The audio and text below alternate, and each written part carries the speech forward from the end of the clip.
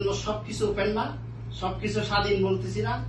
এমন একটা সময় আসতে পারে যে অতীতের সময়ে চেয়ে অনেক বেশি কঠিন হবে।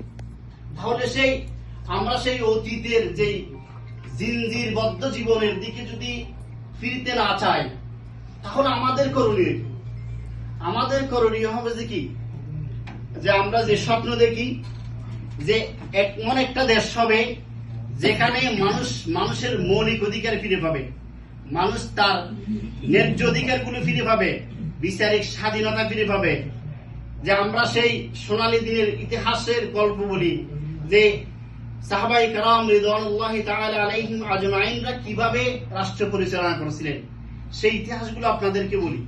তাহলে আমাদেরকে সেভাবে গড়তে হবে, আমাদের নিজেদেরকে তৈরি হতে হবে সেভাবে, যেভাবে সাহাবায়ে কেরাম রিদওয়ানুল্লাহি তাআলা আলাইহিম আজমাইনরা রাষ্ট্র পরিচালনা করেছিলেন।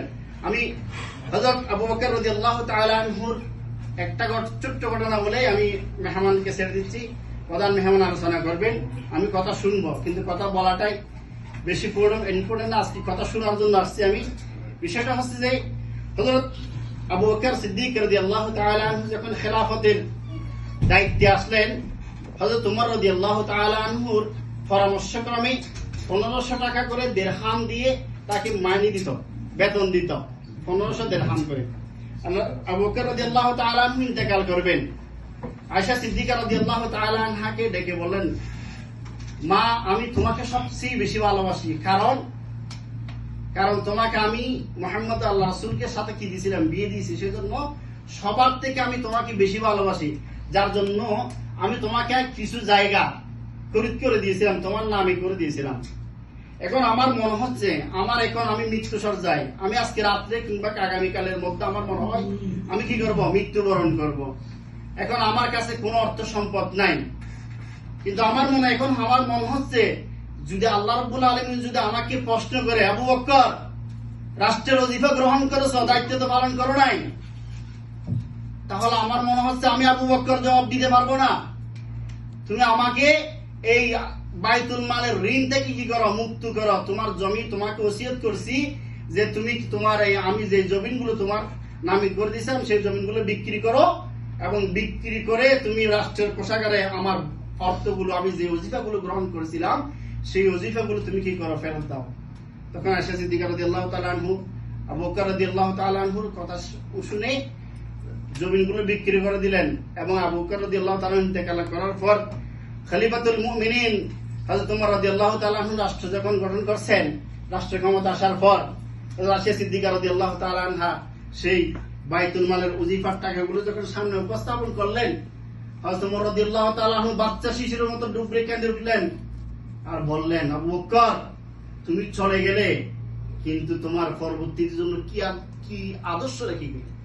আমরা সেই রকম একটা সোনালী স্বপ্ন দেখি যে রাষ্ট্রের মধ্যে আমানতদার থাকবে, কেউ কারো রক্ত চক্ষু দিকে তাকাবে না, কারো মাল ইজ্জত সবকিছু একজনের মুসলমানের কাছে আমানত থাকবে, কেউ লুণ্ঠন করবে না। সেই স্বপ্ন আমরা দেখি। তাহলে সেই স্বপ্ন বাস্তবায়ন করার জন্য আমাদেরকে সেই স্বপ্ন অনুযায়ী আমাদেরকে নিজেদেরকে তৈরি করতে হবে।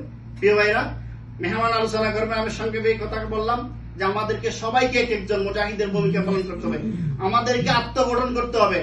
আমরা 56,000 বর্গ মাইলকে টার্গেট করার পূর্বে 3.5 হাত এই বডিকে টার্গেট করতে হবে। এই 3.5 হাত বডিতে আমরা ইসলাম প্রতিষ্ঠা করতে হবে। প্রিয় ভাইরা, আপনারা আজকে যারা আছেন সবাই ইসলাম আন্দোলনের কর্মী, প্রাথমিক সদস্য, সবাই ইসলামের সাথে সম্পৃক্ত। প্রিয়, আপনাদের প্রতি উদাত্ত আহ্বান রাখবো, যারা এখন কর্মী আছেন তাদেরকে বায়াতের বদ্ধ জীবন গ্রহণ করেন। কারণ যে বায়াত বদ্ধ জীবন গ্রহণ করার জন্য আমরা আপনাদেরকে বলি, এই বায়াত সাহাবায়ে কেরাম রিদওয়ানুল্লাহি আলাইহিম আজমাইনরা করেছিলেন। সাহাবীদেরকে যখন জিজ্ঞেস করেছেন আপনারা কি বায়াত গ্রহণ করেছেন, নাহানুল্লাযী বায়াউ মুহাম্মাদ আলাল জিহাদ, সমস্ত সাহাবীরা বলতেছে আমরা বায়াত গ্রহণ করেছিলাম। নাহানু মানে সবাই, এখানে একজন না, এক বছর না। নাহানুল্লাযী বায়াউ মুহাম্মাদ আলাল জিহাদ, কিসের উপর বায়াত গ্রহণ করেছে? আলাল জিহাদের উপরে। কতদিন জিহাদ করব? মা বাকিনা আবাদা, যতক্ষণ পর্যন্ত আমাদের চোখের পাতা নড়বে, যতক্ষণ পর্যন্ত আমরা জীবিত থাকবো, ততক্ষণ পর্যন্ত আমরা কি আল্লাহর দ্বীনকে প্রতিষ্ঠা করার জন্য এই ঝান্ডাকে বহন করব, আমরা সেই প্রচেষ্টা চালাই যাব।